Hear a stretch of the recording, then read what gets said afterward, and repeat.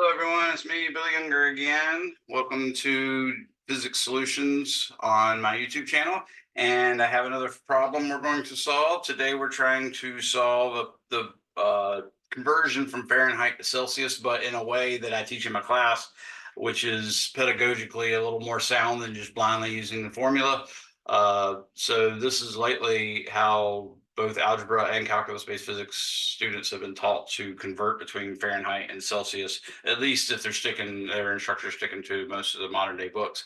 So let's go ahead and start up by sharing my iPad screen. I've selected it to be sharing, and now I have chosen screen mirroring on my iPad, and you should see the question in a moment. So use a pedagogically preferred method to convert 70.0 degrees Fahrenheit to Celsius. So the pedagogically preferred way is kind of a neat way where you sort of make sense of the system. Like, for instance, you know that in the Fahrenheit scale, water freezes at 32 degrees Fahrenheit and boils at 212 degrees Fahrenheit. So those are sort of touchstone type temperatures you could use.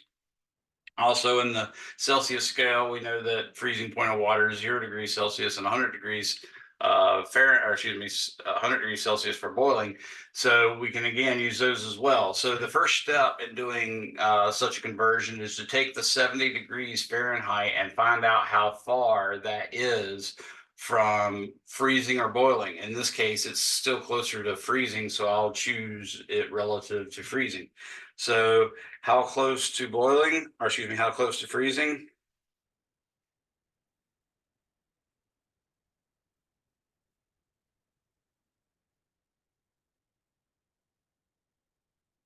And this is in the same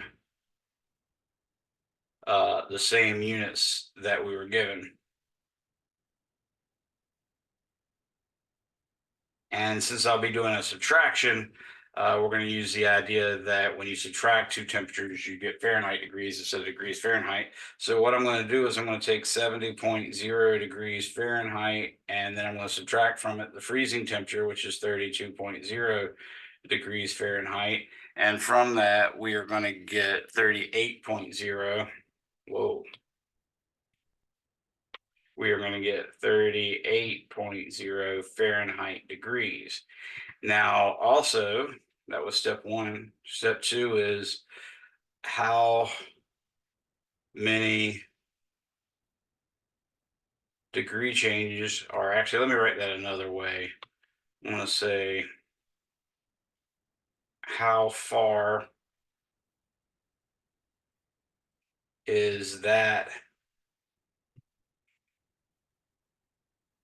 from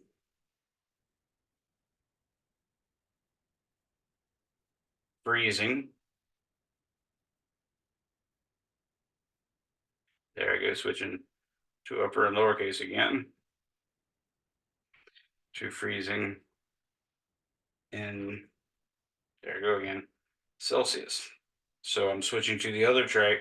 And what I need for that is to realize that the change in temperature, since we're going from Fahrenheit, I want the Fahrenheit in the bottom. So the change in temperature of degrees Celsius over the change in temperature of degrees Fahrenheit are actually, we could write it the other way since it is a subtraction.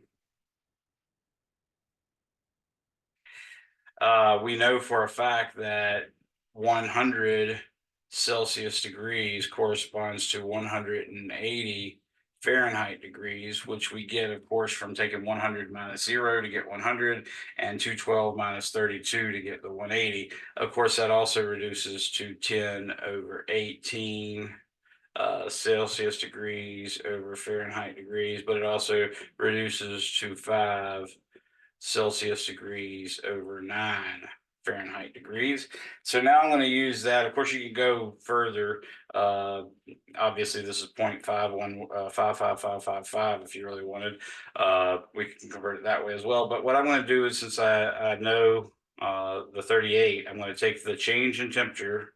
In other words, the change in temperature from freezing to the actual temperature we have is 38.0 Fahrenheit degrees. Like I often do with units, I put the number over 1 so that students don't get confused as to what's numerator, what's denominator, and in dealing with the fractions. So now I'm going to put the Fahrenheit degrees on the bottom, which means the 9 down here at the bottom. And this is an exact conversion, by the way. So you any number of sig figs you put in, you get that same number out. Now, at least for this multiplication step. And then this one is 5 Celsius degrees. Now I know that 9 goes into 38 basically 4 times, because 4 times 9 is 36, but then I got 2 left over, and 2/9 is 0.22222. So I'm going to say this is 4.222, and I'll just put a bar over it. Notice the Fahrenheit degrees is canceled out, but I still have to multiply that by 5 Celsius degrees. And of course, 5 Celsius degrees just makes this easy, because the 5 times the 4 gives me 20. And then the 5 times the 0.2 is 1/5. So that should give me +1. And then the next one should give me plus 0.1. The next one should give me plus 0.01. So ultimately, I get 21.111 Celsius degrees is the change in temperature. In other words, the change in temperature from freezing. So the final step 3 is what is this temperature? Temp in Celsius, degrees Celsius. So we know we're at 21.111 degrees Celsius above freezing. So 21.111 Celsius degrees plus 0.0 degrees Celsius gives me 21.1 with 1 extra sig fig degrees Celsius, and that is ultimately the final answer. Now, you could also check that with your calculator or by hand or whatever, using the formula. And one of the formulas we use, I derive it usually if I ever have to use it. That formula could be written as Fahrenheit temperature is equal to some, well, let's go ahead and write the number like I derived it, is equal to 1.8 times Celsius measurement plus 32. And if you take 1.8 and divide it by 21.11, you get 37.9998, about 38 plus 32. And lo and behold, you get exactly equal to 70.